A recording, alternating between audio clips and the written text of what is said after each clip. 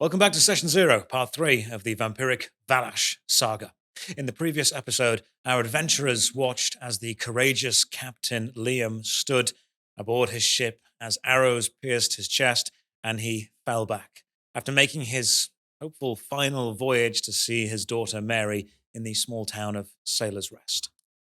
Mullac Drab, Yes. you performed a combat landing on the ship by crashing it into the dock itself, leaping off and drawing your rapier. You are currently surrounded by small vampires. You were told the vampiric horde would not be here for days or weeks. How are you feeling? This is not how I planned my day to go, but this is what it is. So I'm ready for some slashing and stabbing. You gonna fight your way through? Yeah. Rage, you are currently standing shoulder to shoulder with Francis Pumpernickle III, a rather posh, tough, pompous adventurer who so far has taken on every challenge in front of him and even taught you a couple of techniques for how to hone and focus your strength away from pure brute force into actual focused technique. How do you feel about him and fighting alongside him? I'm excited. I think it should go good. I'm going to learn a couple things and kick some vampire butt. And Yemmara. So far, the small, nervous priest brother Nathaniel, a priest of the sunrise, has been looking up to you as he's been learning his own power and attempting to balance wanting to help others with not hurting himself. He sees you as an incredibly skilled spellcaster, and you've already thrown some fireballs at a giant kraken. How do you think you can deal with a city full of vampires? We need to just make it through to the other side. Somehow. The party have disembarked the ship after crashing it up against the actual coast itself and leaping. A small horde of vampires is in front of you. You have been told this horde, led by the horrific, malicious warlord Valash, was days or even weeks away, but it's clearly right in front of you. The things that have ran up to you are not fully fledged vampires yet. They are small, twisted abominations, grey skin flaking off them, claws misshapen, mouths crooked and angled, teeth jagged in various positions, and eyes bulging out of their own heads. They know nothing apart from wanting to feed, and so one rushes at you. Everyone roll a d20 for initiative. Yay! Here we go. 18. Oh. 19. 9. Oh, did you say 19? Yeah. God damn. Beat you. And Angharage is ready. And as soon as these vampires run towards you, Francis is already off ahead of you, charging in, punching ones with his bucklers and cracking them with the mace. You see him and use him as an inspiring example. How are you charging into this fight? Okay, so what's in front of us? In front of you is the burning village of Sailor's Rest, with a horde of small vampiric demon-like creatures running towards you, only coming up to about hip height, but there are lots of them. Each of them is individually weak, but there is effectively a horde. You can see them starting to spill out of the side streets toward the docks that you're on right now. Most of the villages or buildings have burnt down and are unrecognizable now, but because it was quite a built-up village, the flames are still reaching high into the sky. And over in the distance, you can just make out the brick shape of the Church of the Sunrise that is in this village. So I'm going to channel all the inspiration that I learned from Frankie P on the deck when he taught me how to use my strength in a way to manipulate other people. So a horde is going to come in fast, small, but in a line. So what I'm going to do is I would like to take my hammer off and just kind of do like a sweeping motion. Like I'm just kind of trying to just sort of waft them away very aggressively with a stone warhammer. Roll the d20. Clear the table. Yeah, essentially. That's 6. You step forward and begin to waft, not using too much strength. You're not committing to any individual strike too much and kind of overcommitting and throwing yourself away, but you're wafting in. You're not putting enough strength behind it this time, unfortunately, and you're not doing enough damage. As you waft the hammer from side to side, eventually you effectively waft it a bit too close to Francis, who steps back, places the buckler shield in his hand on the flat of your hammer, and almost assists the backward arc you're making by punching it and pushing it forward, which gives you a little bit more power than you expect. You're almost trying to move it slowly, and he punches it quite quickly to one side. Knocked back almost by the unexpected force, driven toward it, he simply looks to you. Technique's good, but be strong now. Okay, stronger. Do you going to put some more force into this now? Can I go again? Yes. Oh, okay. Yes, I'll go again. You simply step forward and start hitting more, wading through this horde. The claws aren't even getting close to you because you're just cracking skulls repeatedly with every huge big swing of this hammer. Mullac, you realize what's happening next. Yeah. In front of me, I'm looking at all of these, this horde of little chittering things running almost towards you. goblin-like things. Yes. And I plan to, I'm going to run forward, 2 legs in front, slide, rapier out, and I'm going to try and kebab as many of them on my rapier as possible. Roll the d20. 11. 11. You run forward. You slide. You stab straight forward, and it perfectly, the point of your rapier, designed for stabbing, slides directly in through the grey ashen flesh of one, through another, the cheeks, the necks, the soft part of the heads, the upper shoulders, and you do kebab them together. And then it's very difficult to pull the rapier back out of this kebab, seeing as the one at the back you pretty much hit into a bone and it's stuck. So you've now got 3 of these things effectively stuck on the blade of your sword, with more of them swarming around you as you go. Yeah. Backup plan? Backup plan. Point the sword down, jump on the top one and try and pull the sword up. Roll the d20. 11 again. 11. You managed to just about point the sword down. You leap on top, stamping on the bodies of the things that are impaled, and now the sword is effectively sticking in the floor with the handle straight up. You reach down, grab the handle, pull it up, and hold it aloft. It's covered in vampiric blood, and you are standing on a small pile of skewered small vampires, which unfortunately makes you a fantastic target. Please roll the d20. Oh, no. 14. As you are standing aloft, one of the black shapes in the sky swoops down. You realize it's simply a larger vampire, but not a fully fledged adult yet. It attempts to grab you with its claw-like hands and misses, flying off into the distance. Yemmara. Okay. I am going to kind of go towards the line. 'Cause, are there more behind? There are a lot. Okay. Far more than there should be. Okay, great. Great. Not so great. I'm going to just start pulling the flames, controlling the flames down from the roofs that are on fire, and just start trying to but not a wall, but like a blaze across them to see if I can catch any of them alight. Roll a d20 for manipulation of fire. 14. There's a lot. There's too much for you to fully handle, and you can't stop the buildings from burning. No, but I you don't can care. pull the energy burn. that's on them away into a more congealed flame, and then almost lash it out, kind of like a blade or a whip away in front of you. It doesn't reach too far. You're talking maybe 7 or 8 meters in front of you, but you are effectively pulling fire from the buildings into your hands and then slicing it in front of you, stepping forward every time you do, whipping the blades around, whipping the blades of flames as you go. And you are slicing through a lot of these small things, but the ones you aren't cutting fully, you are still charring and searing and burning. And flames are something that vampires are very specifically weak against right now. They have controlled this blaze and they aren't scared of it, but they're scared of you stepping forward, slicing through. This, however, is, again, attracting a hell of a lot of attention. So please roll a d20. 16. 16. You slice, and you slice, and a black shape from the sky swoops down toward you as well, which you notice just in time before it grabs you. What do you do? I'm just going to, instead of going down to the floor, I'm just going to beat saber it upwards. You decide to slice back up, throwing a vertical Hit the right slash, note. if you will. It goes directly through the wing of whatever this thing is, slicing it clean off with flame and sending it spiraling down, crashing into the water next to you. Is it screaming? It's kind of letting out this horrible holler and this deep guttural yell as it slams into the water and then stops. And as soon as it hits the water, it begins to bubble and fizz itself as water is again super dangerous to these things. Okay, I'm going to take a mental note of that because I didn't pay attention earlier to when Nathaniel was chatting about it and I didn't really read the note that I got. Nathaniel is actually cowering quite close to you as one of the tiny demons notices him standing by himself being nervous and so runs at him. Its claws not fully extended because it doesn't see Nathaniel as a threat. Nathaniel, scared, shy, timid, unsure of what to do, simply looks over to you for advice, but sees what you're doing instead.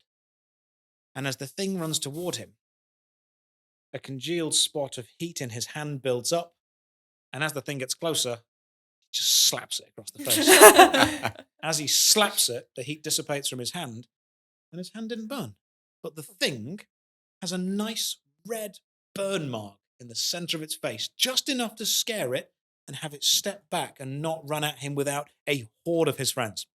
Francis is having an absolute whale of a time. He is just stepping inside, punching with a buckler, hitting with a mace. He is doing, running up burning buildings that he can, leaping off and just smashing. He is in his element. You do not need to worry about this guy in the middle of a fight. He is absolutely fine. No problems here whatsoever. Nice. Mix still hasn't shown up or been anywhere. No. He's probably on the ship still, but unless you're inclined to go and look for him, I'm gonna go and I'm gonna go get him. Like getting back onto the ship would mean having to run back out of the fight that you're currently in and climb up the hunk of the ship's wreck and then try and find him, and you may not even find him then. There are people in front of you that could be saved, the villagers that are being attacked by the vampires, and you've got a lot of your fellow teammates. Yeah, I mean, I'm thinking the extra helping hands might be useful, but then again, he's not proven to be too useful. Are you like looking behind to like? Yeah, no, forget it. We'll leave him. He can die. Don't care about him. I'm just gonna keep going nuts on these little vampires. So I'm going to try and play a piercing note on the flute and hope to just don't know what, but I'm hoping to do something to the crowd in front of me. Roll a d20. That's a 9. You attempt to play the flute in a way to disorientate kind of these vampires and maybe confuse them slightly. And they are confused because there is a man standing in a pile of ashen vampires in front of them, just violently playing a flute at them. It itself is confusing. The note is quite shrill, and you play through a couple of notes, and as soon as you hit one of them, a kind of harsh, warbling tone, you actually see all of them at the same time wince. There is something about that exact frequency, that exact resonance, that just hurts them so much. It doesn't kill them, but God, it hurts. What note was that? You aren't sure. Oh, no. C flat. So you can keep trying. I'm just going to have to next time do like a slider. Yeah. Every now and again, they do start to wince, but it's not enough. If too many of the notes they don't care about are played, they can kind of ignore it and just push on. But as they are wincing, another one flies out the sky towards you, but as you play the note, it itself winces, forgets how to fly, and just slams into the floor next to you. It struggles to get up and stand up and turns to look at you with horrible fangs, a long, elongated face, and claws on the end of its wings. It rushes at you with its wings outstretched. What are you doing? I'm going to go for a stab up through the throat with the rapier. Roll a d20. 4. You go for a stab, and as you do, it simply turns to the side and wraps its wing around your rapier itself. So it's almost wrapping its arm around the blade. It cranks its own wing down, and the rapier is pulled from your hand instead. It simply lifts up its other claw and brings it down over your chest, slicing deeply into your upper chest. Please take d6 damage and note down how much you have taken. Okay, that's 2, so we're at 3 damage taken so far. You see this vampire fall out of the sky, effectively disarm Mullac, and then slice him while you are still hitting this hammer around. What are you doing? I would like to, after I finish like swinging things around, I kind of really want to. Do we have any more rope?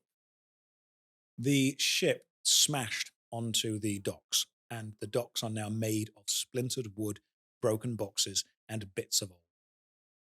I want to turn to Yemmara. I have a really dumb idea, but I think it might work. Okay, well, I'm open to suggestions. Okay. I want to pick the rope back up and then toss one end to you. And then, right, we're going to run at all of these things. And when I say, I want you to light the rope on fire. Sure, In the middle. Okay, in the middle? In the middle. Okay, swap hands. And I'd like to just charge towards, like, and basically, like, corral as much of these vampires as possible. And then you want to attempt to garrote them with a burning rope. And then it's going to singe them. Roll a d20, both of you. That's dark. 3. Got 13. I'm not a very good runner. Yeah, can you You need 2 as a 2. I could. Can you Well, do I'm it? gonna. Can you Currently, inspire Mullac us? is too focused on trying to get his Yeah, weapon getting back and nursing walloped. his own and kind of Okay. massive claw mark across the chest. I can't even spin this as a reckless attack because it was thought through.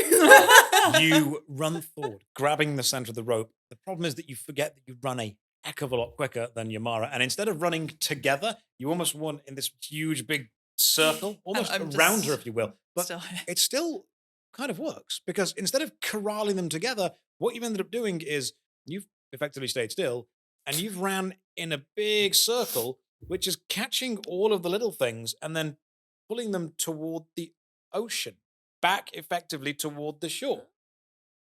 Which means you may need to rethink the setting this rope on fire plan because you might be able to just run everything and almost clothesline a group of them into the water. Do you realize this is happening and think this is what you want to do? Do you want me to set it on fire yet? Yes. Roll a d20. Shit. Just a little burning hands action with a 19. 19. It's Ooh. perfect. You actually realize that had you have gone any lower with that roll, you would have burnt through the rope. But you realize that this is old wine used for fishing vessels for absolute decades. It is damp. So you simply send a blast of flame along the twirl of the rope itself, almost siphoning some heat from the buildings and some flames, using yourself as a conduit to push it down the rope. The problem is, by the time you have completed your run and corralled most of these things into it, the flames are reaching your hand, and it's going to burn you if you want to hold on to this. But the longer you hold on to it, the more things inside you will be able to garrote or push into the water with it. I keep holding it. Are you going to? You're holding on to this. Yeah. I'm raging, I guess. Take So 1d4 damage. 4. Please take 4 damage, or note down that you're taking 4 damage. Got it. While doing this, Brother Nathaniel is still discovering that he actually has some kind of powers and he can actually fight back. He's almost a little cheeky smile on his face as he realizes that this might be one of the adventures that he's read about in his adventure books, and the little vampire thing runs at him again. So instead, he simply holds his hand out and flashes quickly with a burst of bright light. Not heat, just bright light. And again, the thing curls back and starts blinking and rubbing its own eyes, and he realizes he can do something. He can help a little bit. He can't kill these things, but he can definitely help. So he starts stepping forward, holding his hands out and flashing bright white light whenever he can. It starts to hurt him because he's doing it quite a lot, but he can help. If anything, he can distract. And when one of the things swoops down from the sky, he simply turns, holds out his hand, and flashes a brilliant burst of white at it, which spins it slightly and sends it back off into a different direction and keeps himself safe. You can see that Brother Nathaniel is weirdly almost enjoying himself. The fact that he can do this and realizes he might not be in as much danger as he thought he was. He hasn't killed anything, but he's just sending flashes of light out right now, which unfortunately is very easy to see. Mullac. Yes. Is the vampire in front of me flying? It's right now, it's on the floor Mm-hmm. with your rapier curled up in one of its wings and the other hand that it slashed you with, the claw on the end of its wing effectively, kind of pulling back, covered in your own blood. Right. I want to try and kind of like jump up over its shoulder almost, round the back of its neck, and try and choke it out. Roll a d20. 11 again. You jump up. It goes to swipe at you with its other arm, forgetting that it has your rapier in it and not quite getting the reach that it needs to. You manage to vault from the position that you're on top of a small pile of dead vampires over it and wrap your forearm around its horrible grey cracked neck, and you squeeze hard. Are you planning on trying to choke this vampire out? Yeah. Roll the d20. 15. It tries to breathe, it coughs, it hacks, it splutters, and then, surprisingly, a lot quicker than you would expect a human, it simply stops breathing and falls flat onto the floor. You have successfully managed to choke out a vampire. Hell yeah.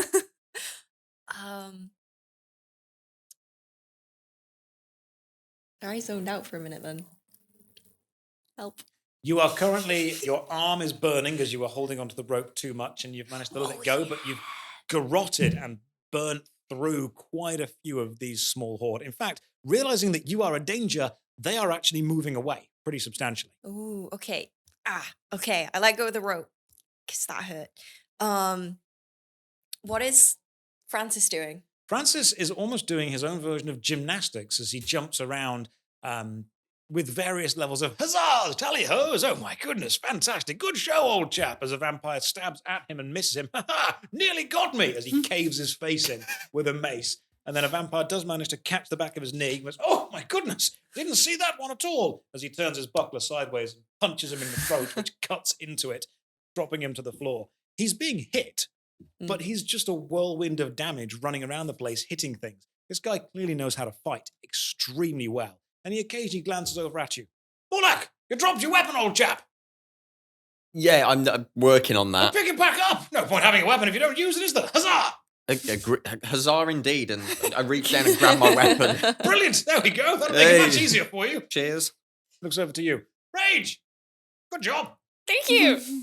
What's in front of us? Like, what do I know what to hit? Like, You have actually managed to corral most of the small things away, and the smaller things are looking at you from the burning buildings, then almost realizing you're dangerous and then running back. Okay. So there's actually not that too much around you. Brother Nathaniel is still having a great time flashing some stuff around the place, occasionally heating up and then trying to slap one of the flying things out the sky, but not quite hitting it.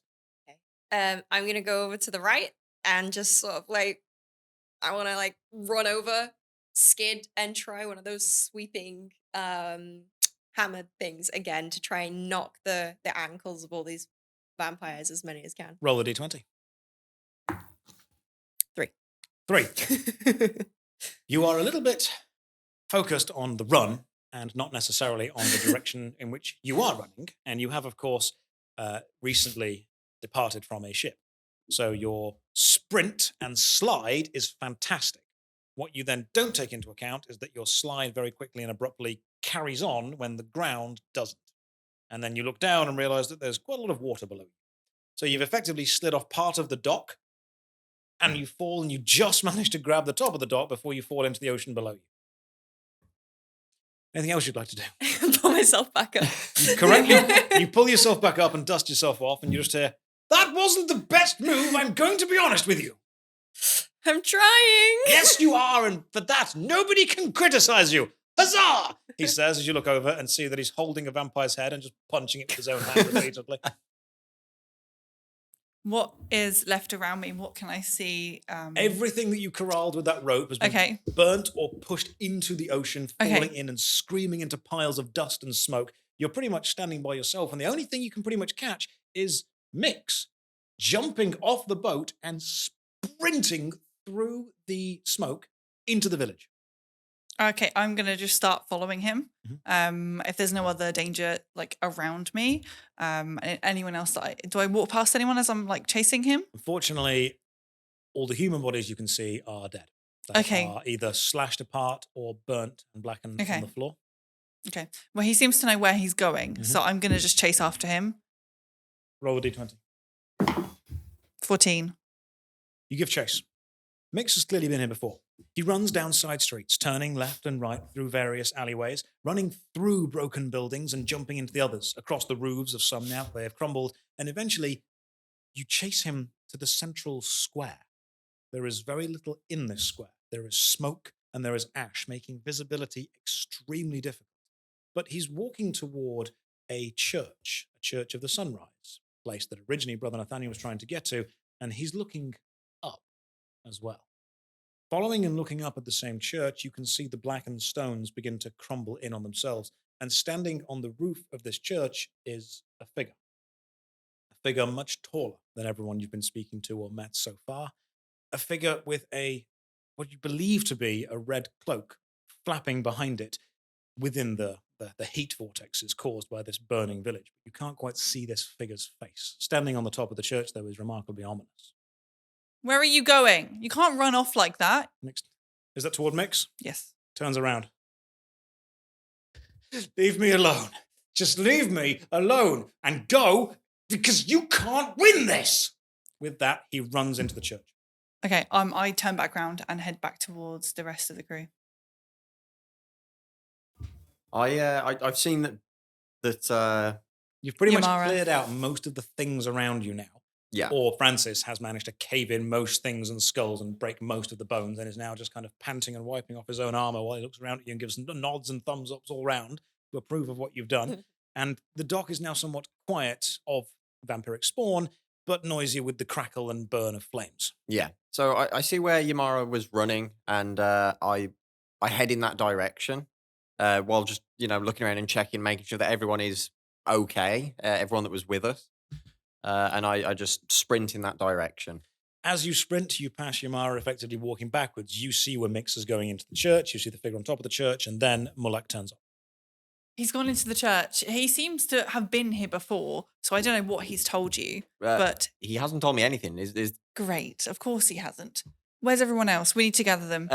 back on the beach? They're all doing good. Everyone's fine. Okay. Everyone's pretty much finished their fights Yeah. by now and has actually turned up to join you. You see Francis walking up, shaking some blood off his mace as he does so and wiping the buckler on the floor by leaning down to it and kind of digging it into the dirt. And then you see Nathan running up and almost ecstatic that he's done something. He's useful. He's so fantastic at this. He can flash little bits of light and vampires will go away. He's brilliant. Good job, buddy. I did a thing. You did. It was great. Yes. I saw it all. Where's Liam? You're right.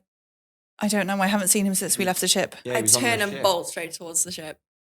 You run back across the beach. The ship is a wreck and a mess. There are bits of debris by the side as you had to crash it into the Dr. D board, but you can quickly scramble up the side onto the deck of the ship. And on the deck, you can simply see Liam struggling to breathe, lying on his back, panting for what breath he can get with 3 arrows sticking out of his chest. I want to run by his side, kneel down his side, and say and be like, Liam, it's okay. It's okay. It's okay. We'll you'll be okay. Don't worry. He's kind of ignoring you, but simply staring up at the sky and just going, "Where's Mary? Is Mary okay? Please tell me Mary's okay. Please find Mary. Make sure she's okay for me. I want her to be okay. I was going to get you some of that bread. It's really good bread." We'll find Mary. Don't worry. We'll find Mary. I want to scoop him up and I want to just take him as quickly as safely as I can down to the rest of the people. And while I say that, I just kind of want to say to him you'll be okay. We'll find Mary. Mary will be fine. Mary will be fine. Mary's fine. He's stopped responding to too much of you and what you say or do right now. You can tell he's still breathing, but his eyes have glazed over, his breathing has become sharp, and he's not able to talk anymore. Don't worry. You'll see Mary again. I promise. You'll see Mary again. She'll be safe. She'll be fine. You'll see her again. Are you walking through the city streets or the village streets toward the central square where these two... Yes. I need to try and find Mullac. You effectively all meet up at the central city streets, the square. Buildings around you are on fire. The church in front of you, ominous, charred black. The figure still stands on the roof. Mix ran into this church. Brother Nathaniel is standing around next to you all waiting as well, and Francis has finally caught up to you, shaken his weapons off and not seen anyone. He walks up. Good God, I have to say, wasn't expecting a fight like that. Right, what's the plan, chaps? We need to sort him out, don't we? Get him healed. Have I met up with those guys? Yes. Yeah, okay. Yeah. Mullac, please, can you do your Healy thingy? My Healy hands, I will do it. Yes, please, please, please. Set him down. Yeah. Just do the thing. I don't know. Just please. Yeah. I get both hands, press them on his chest where the arrow wounds are, and I just try and channel some healing energy into him. Roll a d20. Mhm. 5. You try as hard as you possibly can. You can't see if it's doing too much. Rage, anything else you'd like to do? I'd like to try and stop the bleeding with some bandages that I have in a pocket. Roll a d20. 11. You attempt to give as much medical aid as you can. Yemmara. You're kneeling over him, I'm assuming, because you put him down on the floor. Mhm. I'm just going to put my hand on your shoulder and just say, we need to go. We can't do anything here. We need to go into the church. And after all, his daughter probably is dead looking at the city. Bad as it sounds. As you're talking about all this, you can just about see Mix leave the church, except a few bandoliers lighter now. Notice you quickly and then run off north into the distance of the smoke and the fog.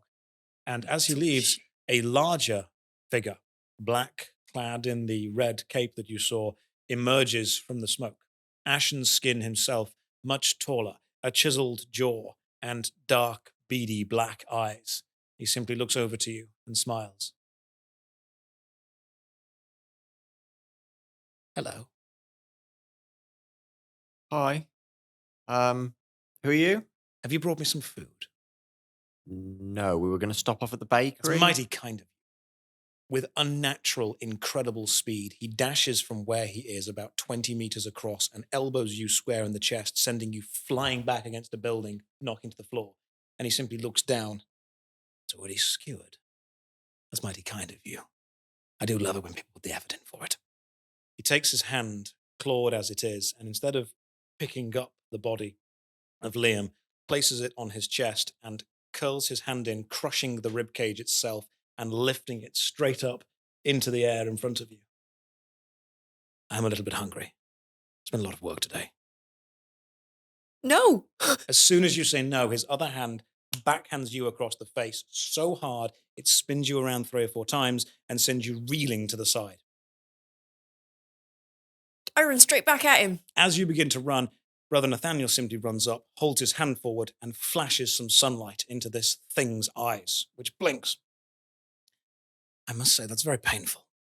You don't see what happens next, but Brother Nathaniel is on his back, being thrown across the floor, gravel scraping at his cloak and clothes, and eventually the scrape goes on for so long, you see a trail of blood underneath where it has clearly ripped through his skin as he slides along the floor. This thing, whatever it is, simply standing there, calmly, smiling, still with the body of Captain Liam held aloft in its hand. Are you going to do something as well? You don't get to touch me, and I'm going to mind thrust him away before he can do whatever he was doing to them to me. Roll a d20. 13. Describe your spell. Just as I say that, you don't get to touch me. It's just like the words themselves just become like a force that pushes him away. You say that, and then a wall of force explodes out the front of you, kicking up the dust that's on the floor, throwing some of the dead bodies around toward, pushing debris, throwing flames. Even the air itself seems to be pushed. And then as the dust clears, there's nothing there. And you simply hear a voice from behind your ear. I do. With that, you feel a hand close around your shoulder and then fling you across the square, crashing into the church itself. You crash against the hard stone and fall to the floor, injured yourself quite badly. All of you, please take d6 damage. 2. 2 as well. 5. Oh. He's not very nice. I am very angry. As you're all currently on the floor, Francis steps forward, readying his mace. You there, ruffian! I am Francis Pumpernickle III, and I challenge you to a duel. Before he's finished saying the word duel, the thing has moved across the distance it takes to be standing directly in front of Francis, nose to nose, but probably about a foot above him. And you simply hear the words, I'm Valash, and I accept. There is again a flurry of movement, and Francis is then suddenly on the floor, coughing. You aren't sure where he got hit or how he got hit. This thing, Valash, this vampiric warlord, is so incredibly fast and powerful. He has hit something quicker than you can possibly see it. Mullac, you just about managed to regain yourself and stand up. I am going to attempt to heal myself because I am absolutely battered right now. Roll a d20. That's a 19. Nice. You managed to patch up most of your wounds. We need to go. Yeah. I'd like to just like pick up some debris or something on the floor Mhm. and just kind of like throw it at this vampire Mhm. in an attempt to kind of disorientate him so that Mhm. we can get out. Roll a d20.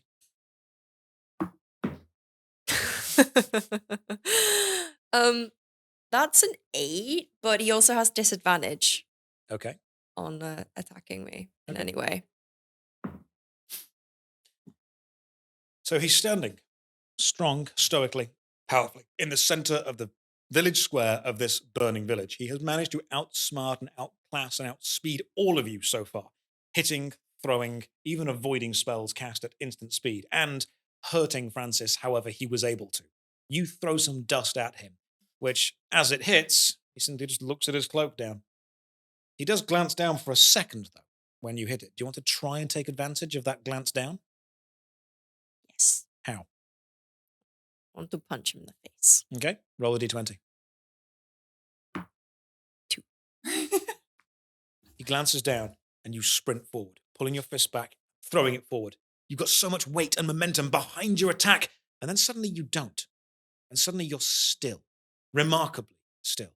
And suddenly there's a hand holding your fist, only this far away from a mouth. Only 2 fingers, but it seems to have control over almost your entire body. Right next to his mouth. And he stares at you with black beady eyes as he smiles and 2 fangs drop down quite far from his teeth.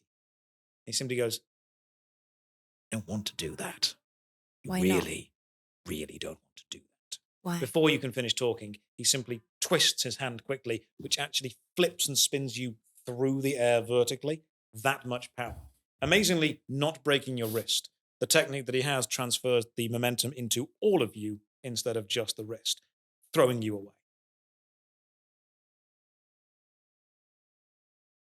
Okay.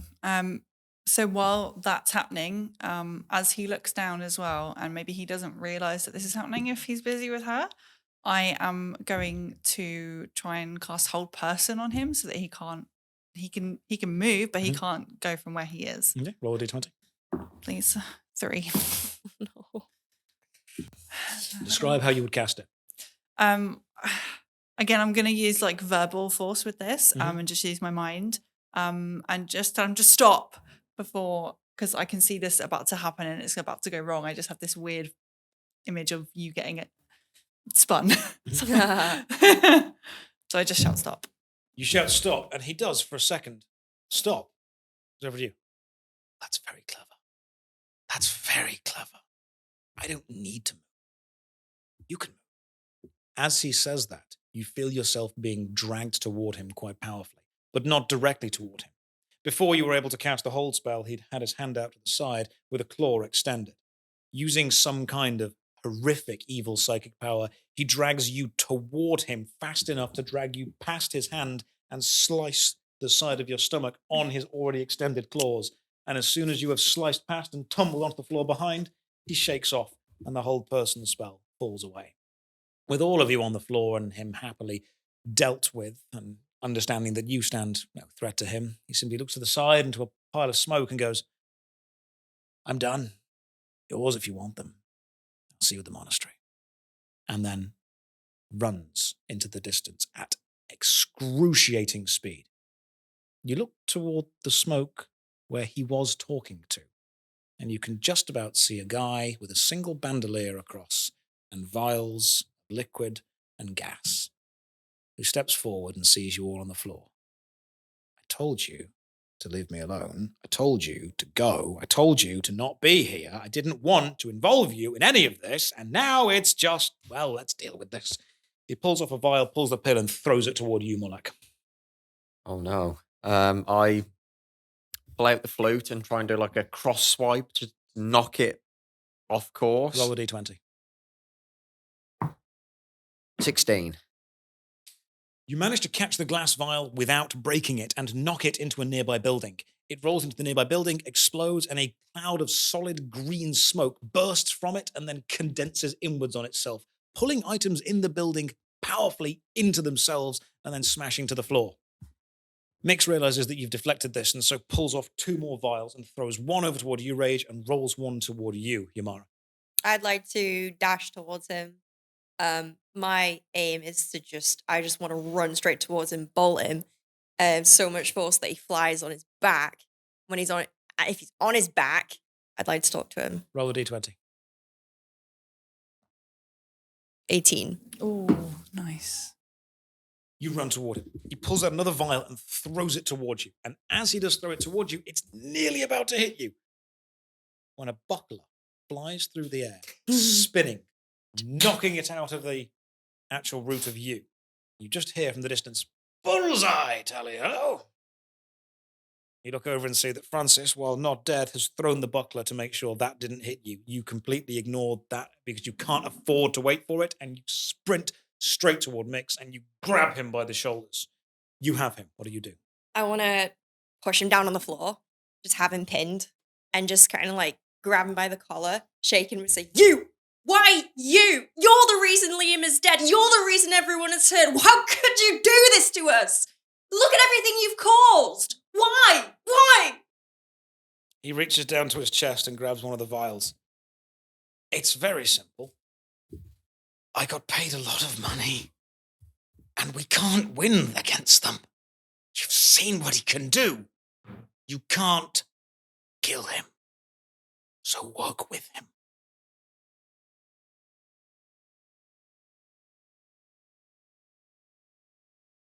No. While you're deciding what to do, Yemmara. Can I hear this if I'm Yes. on the floor? I'm shouting. Okay. Can I hear his reply as well to Yes. her? Okay. As I kind of painfully get up, I say, "You haven't seen what we can do." And I'm going to actually bolt for the church and see if it's like, is it open? The church door has been blown off its hinges, yes. Okay. I just want to see if there's anything inside that like looks like. You run inside the church. It is mostly burnt down. Okay. The wooden pew seats have all been crunched and crinkled down to the floor, mostly ash. Some of the stained glass windows have been shattered. The font at the far end is completely destroyed. It's rubble and there is no water there whatsoever. The books have burned down. Okay. There is very little in this church that's going to be of any use to you. Seeing, There is a spiral staircase leading up to the roof, but it, again, is chipped and damaged, and there is nothing on the roof. seeing that the books have been burned and I now can't search for any information, it makes me really angry. Not that I was already pretty angry, but now I'm really not okay. I'm absolutely losing it, but I'm still quiet about it. It's like just internal rage. Internal rage. I turn around and I walk back to him and I'm going to put my boot on top of his head because Okay. you're on top of him and just say, "You ruined it for everyone. My books have burnt." They're not worth that much. I can buy you books if you want them. You didn't even know what was inside them. You don't even know what I'm looking for. I know that you're not looking for this. And he, again, is just about to pull the pin out of one of the vials on his bandolier, effectively threatening you with all of the dangerous stuff that's around him. He knows that if he pulls this, he will die. So will you. Mullac. Seeing what I've seen, him about to basically pull a chest grenade, I walk over, stab the rapier through the hand that's on the grenade, and into his chest so that he I'm can't kind of on. pull it away. I'm kind of on. You're on him holding though. him, but he's got his hand across, and effectively Mullac has just accurately pierced straight Yeah, through his hand like into his chest. At an angle, yeah. Roll a d20. 11. Is that a D11? It's just, It's a it's weighted just a die. D20 with 20 11s, apparently. It's fine. Because he's incapacitated and because Rage has got him held on the floor, you can just simply place the tip of the rapier on his hand perfectly and then just Yeah, push just- him, which pins it to his hand, which means he cannot pull any pins on what he was about to do out. Realizing that he is now completely at your mercy, he changes his tone quite dramatically. Wait. You can't beat him. You can't beat him. You can't kill him. He will win. But, you can stop him. You can stop him How? slowly. He's holed up in the monastery to the north. He thinks it's beautifully ironic that it was a prison that he is now in charge of. Everything in there's deactivated, but it can be reactivated because it's not broken. Right. What sort of things are Everything. deactivated? Everything a vampire is weak to is in that monastery. There is running water. There are copper pipes flowing through every single wall, arranged in sigils. If you restart the water flow and you rearrange all the pipes, you effectively have a flowing sigil around him. The windows are designed specifically to maximize all the sunlight that goes into it, even though he's probably got all those covered up. And then the bell. The bell in the bell tower is the exact frequency that he hates, which is why it's all stoned off. Now, please let me go. I said, that's convenient, thank you, and just plunge the rapier into his chest. He has nothing to do and can't fight back, so pushes through even more. It doesn't go through any specific internal organs, but instead pins him to the floor. Good. Rage.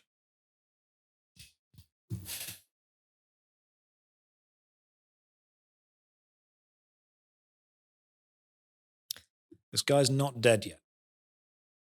I'd like to just kind of look at him in pain and just say, like,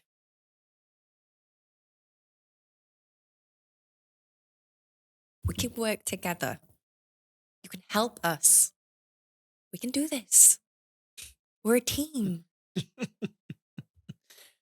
No. No, you can't. And with a final push of strength, he lifts himself off the floor and slams his back onto the floor. And you hear the shatter of glass as he does so. That's a final smile as he looks around at all of you and has broken something on his back. Quick, roll a d20 and react to that. 15. 16. 2. You react first. You realize that he's broken something that he's wearing a bandolier on his back. What do you do? I'm literally just going to jump in the opposite direction. Like, Leaping away? yep, Roll a d20 for the effectiveness of the leap. 16 again. Rage? I let go of him and I kind of want to just grab Mullac with my other arm and kind of just pull us backwards. Just Push jump back? backwards, yeah. Mullac? As You I'm effectively being grabbed and pulled back. Yeah, What as do you I'm want? being dragged away, rapier in one hand, I want to grab the vial off the front of the bandolier and just go with her. And pull it as well. So whatever it was, it's not activated, but you've got it. Take it with me, yeah. You've got it. You pull it back and you all fall back just in time to see the body effectively invert and turn inside out. The land around it and the dirt suddenly bounces up, the body contorts and then squishes itself into a tiny little ball and then liquefies itself over the floor as well. Well, at least that wasn't us. Francis has just about walks towards you, limping on one leg. Bloody hell, I don't know what that thing was. What was his name? Valash? Yeah, something like that. Oh, the Vampire Lord, yes, I've heard of him. Goodness me. Right, he was a bit tougher than I expected. I'm going to be honest with you, don't you know? I kind of didn't expect this to hurt. He turns and spits a mouthful of blood to the side. Good. Okay. Well, I think we should go and kill him. We need to find Mary, Who's Mary? Liam's daughter. Did Liam not make it? Nope. Oh, God. Okay. Where should we start looking? Well, he was a captain, so he probably liked living next to the sea, I assume. So maybe one of the houses on the shoreline is his. We need to find the bakery. That's That's where she might be. The Yeah. best bread. I'll be right back. There's something that we left behind. And I'd like to go back to the ship and try and find where the vase was that had Mary's name carved The onto silver, it. silver chalice. Yeah, the chalice. Roll a d20. It's a 2. 2. You can't find the chalice. Okay. Yemmara. Yeah, so I'm going to just start walking down one of the streets to see if I can see any recognizable buildings or just see anything that looks like it would lead towards some sort of place where there would be a bakery. The one thing you can Or- see that's recognizable walking back towards you with a robe torn and shoulder blades effectively shredded from being thrown across the ground is Brother Nathaniel as he kind of takes every pain step towards you and looks up at you. Did I help? You did. Congratulations. Now, do you know? While you're talking to him, he just falls forward onto the floor, onto his chest on the front. His back, mostly just blood. Oh my God. I'll get you some help, and I'm going to try and look for Callum. Mullac. Yeah. So I am with Rage has left me. You're standing in the town square by yourself. Yeah. Okay. So I'm probably like. You got Francis with you still. Yeah. Okay. I'm going to come and run back towards you. Nathaniel needs help. Oh God, again. So I'm going to attempt another heal on Nathaniel's back, a proper massage. You have nothing to worry about this time. There's no specific time limit, as you seem to have pushed away the vast majority of the vampiric horde from this village, and so you can simply spend your time focusing. It's going to take maybe half an hour, but you will be able to heal him. I'd like to do that. We need him. Rage, you aren't able to find the silver chalice, unfortunately. You aren't sure if someone took it or if it's lost at the bottom of the ocean, but it's gone. I would like to I'd like to search some of the houses that are kind of like nearby the sea, like go in and out each one just to see if there's any survivors or any women. Roll a d20. Just women specifically. Marys. That's a 10? Yeah, 10. There are survivors, although you wish that they weren't. They have been gored, they have been sliced up, they have been burnt, and they will die. The vast majority of people that you meet are mortally wounded and far beyond anyone's help. It would be kinder, in many cases, to kill them quickly, but whether you can bring yourself to do that or not is a decision that only you can make. You move from house to house, offering what aid you can and trying to reassure people that you won, but it doesn't matter much to them if they're watching their own guts fall out of themselves, knowing this is the last few minutes to hours they're going to have alive. You do eventually bump into the bakery, though.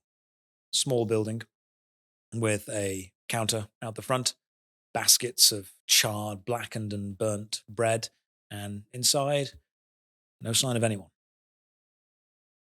Oh. Yemmara, while Rage is attempting to find the bakery and you have found the bloodied and beaten brother Nathaniel, you can see that Francis is pretty much dusting himself off, picking the buckler back up from the floor, shaking that off vial of whatever was on it, and walking over to you. Right. I'd say that we will get a good night's sleep, or we start working out the hell you beat something that fast. Do you know what? A good night's rest is the smartest thing I've heard all day. Right. How much do you know about killing vampires?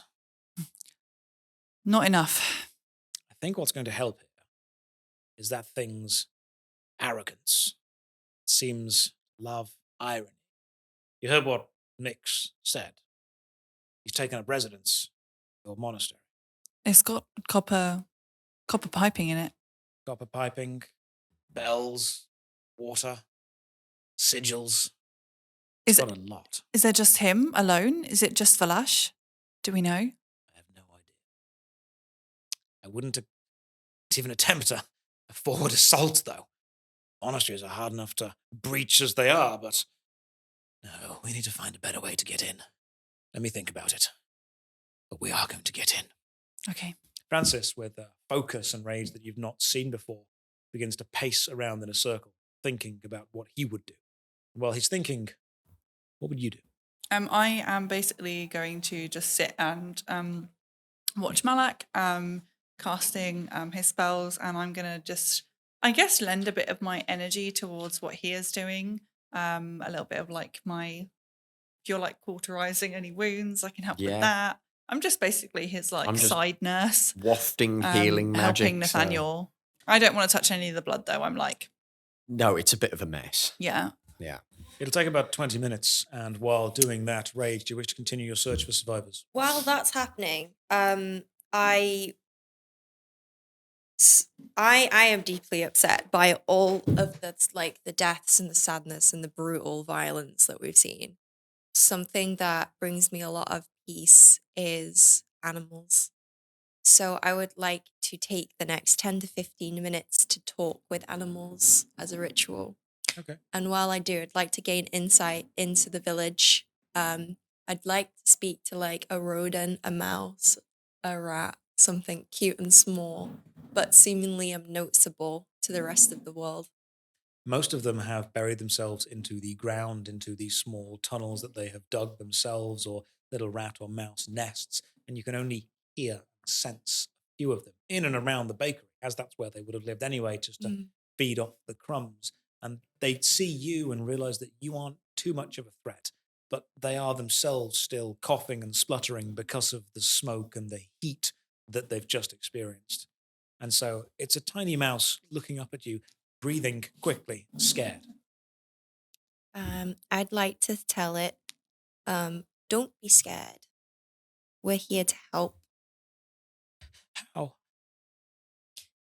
We're gonna make all the smoke go away, and we're gonna kill the big bad guy. Do you know how to get to the big bad guy? Where is the big bad guy? He's in the big castle. The monastery to the north. Yeah. I went there when I was young. How? There are tunnels underneath. They used to bring in beer and wine and mead, but you can go through them and not be seen. Okay. That's really good. There's a tunnel in the church. You go down the trapdoor in the church, and there's a big thing, and they're not meant to have wine, but they did because they were fun.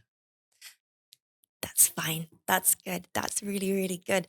And in my pouch, I'd like to pull out some rations and kind of just break a tiny, like, fingernail size and just give it over to the little rat. The mouse takes Mouse. it, and then before eating it, glances over to the side, and as you do, there's another small bundle of scared mice, and he runs over and shares it with all of them.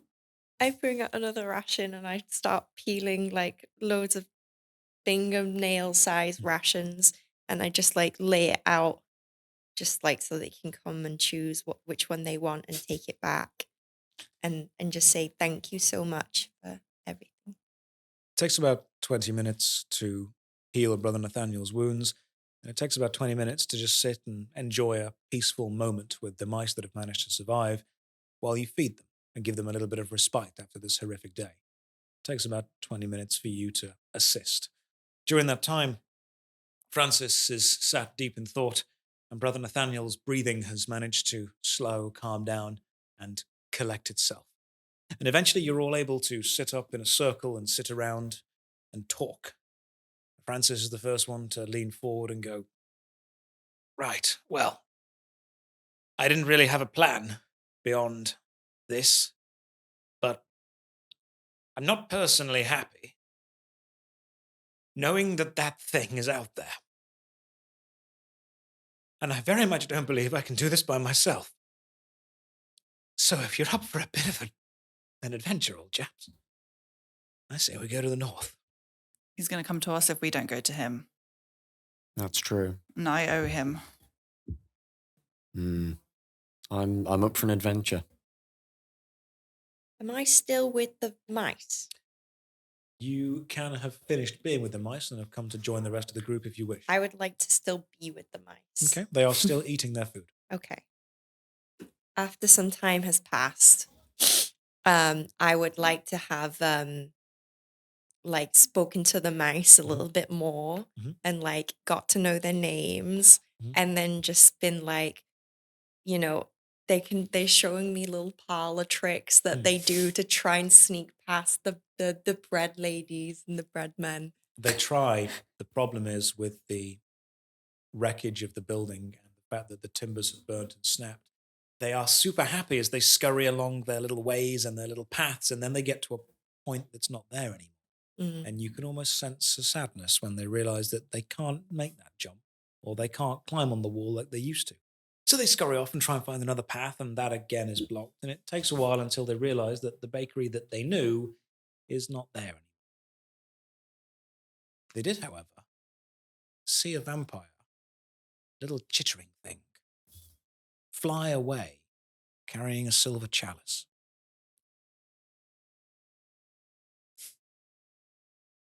Okay.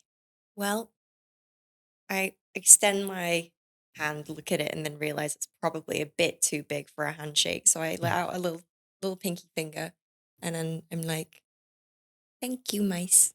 The little mouse runs forward, sniffs, kind of rears up onto its back legs very briefly, places both its paws on your finger, and then places them off and then scurries off into the wall.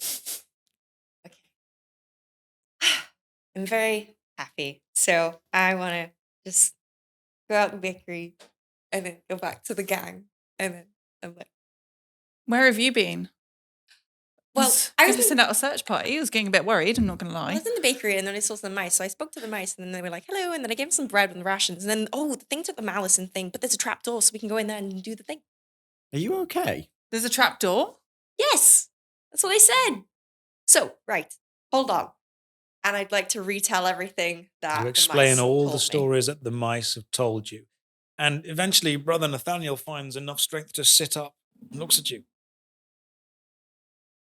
I think it might be true that there were rumors you're not meant to drink too much in our order, but there were rumors that the monastery was always able to get more beer and mead and wine, and no one ever saw carts go in or out, so round tunnels sounds like a good thing, but...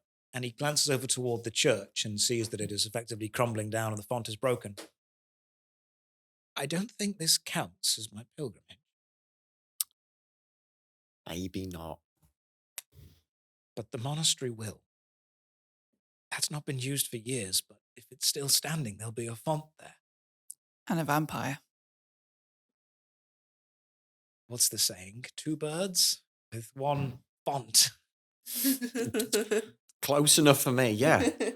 Right. I think it needs to be done. Well, I guess I'm going there then. And I'd really appreciate it if you were going the same way. Francis, Absolutely. I've already ready there. He stands up, picks his mace up and his buckler. Right. I'm pretty much ready to be off when you are.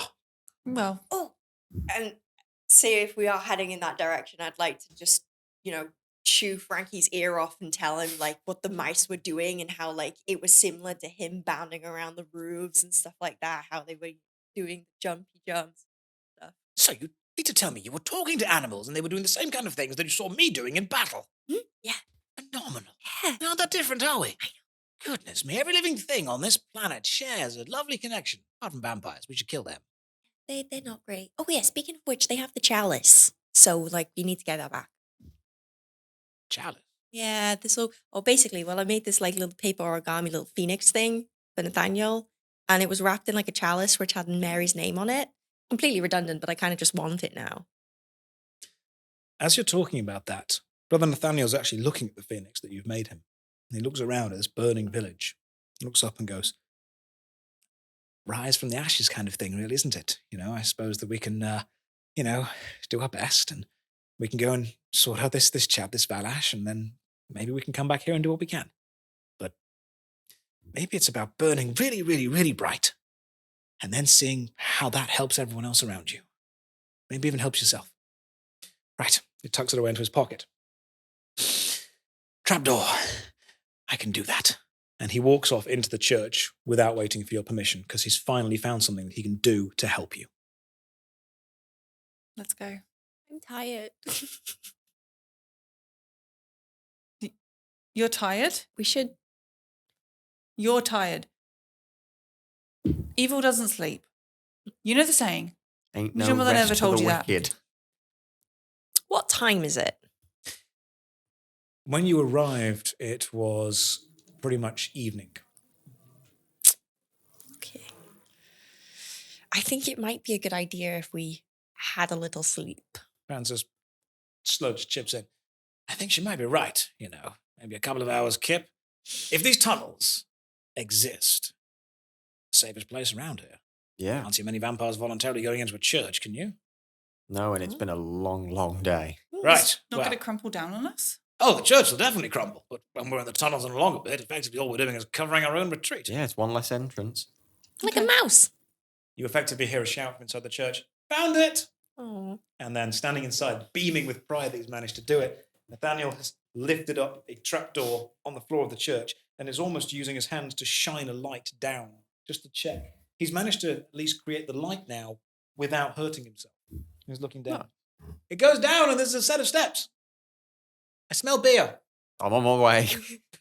I sprint Yeah. straight for the trapdoor. Mullac runs over. Rage? I'd like to continue, and just as we get closer to Nathaniel, I'm like, wow, you're so clever. I'm getting there.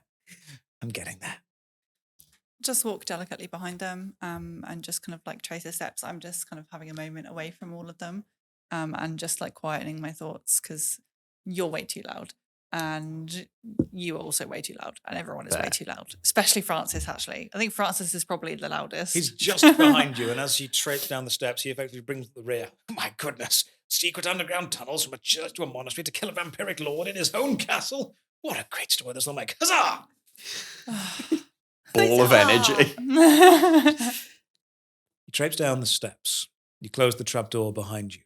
You can just about make out from the faint glimmer of light still seeping in from the cracks above the wood that there are torches and sconces on the wall along. Can I pick one up? You can. You would need to use your magic to light it. It's not, they're not lit. Not at the minute. This is an old tunnel. No one's been here for a while. Okay, well, instead of lighting all of them, I'm going to just take one off the wall and just burning hands. Burning hands it. You can actually use the control of burning hands to flick onto the other torches as you go along and the lanterns down this tunnel. I'm quite tired, so I feel like not yet.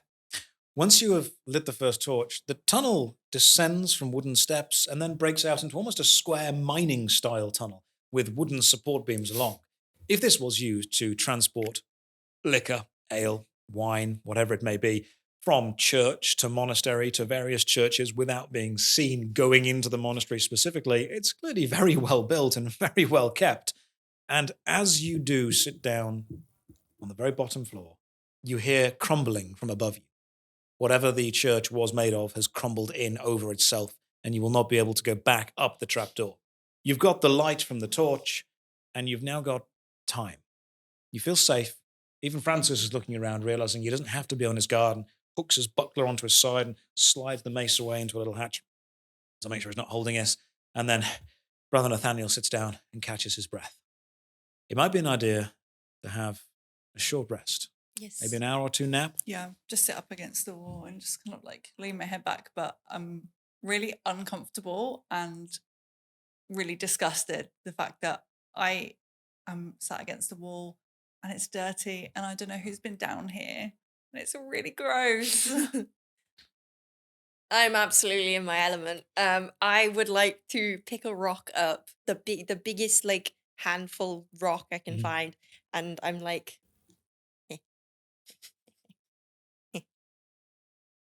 You have a pet rock. there. Mullac. Yeah, I've wrapped myself in my cloak and just kind of tucked up in the corner. I'm comfy. Your dreams are nice. They're fun. They're simple. And they're easy.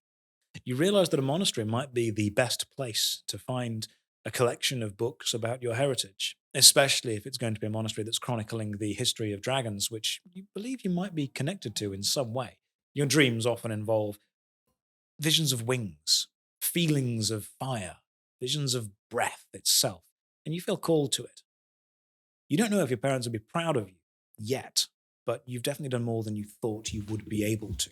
And you have so far stood up for the oppressed, and now you are going on a quest to take down and take vengeance on someone that you cared a great deal about. And the fact that you still want to find the silver chalice shows that it's not just about you, but about respecting those that you meet as well. Nothing valuable yet, nowhere better than a monastery. Exactly. You sleep for about 3 or 4 hours, and you only wake up when you can hear Francis standing up, adjusting his armor, readying his weapon, grabbing one of the flaming torches off the wall, double-checking it's got enough light, and holding it forward to see what's there. Cowering behind him, using his own fingertips as basic light sources, Brother Nathaniel. His back still hurting and scarred from being dragged across the floor by Valash, but ready to adventure on. Mullac, are you ready to travel down these tunnels in an attempt to find a way into the monastery? I'm ready. Rapier Rage? in hand. Mm-hmm. And Yemmara. Standing up, dusting myself off. Okay, let's go. The village burns above you and behind you. The wreckage of the boat slowly sinking into the sea as you walk down the hidden mine tunnel toward the monastery. Was the boat called Lady Luck? It was indeed. She's not very lucky now. Will the mine tunnel lead to the monastery, and will you be able to take down Valash? Let's find out in the next episode.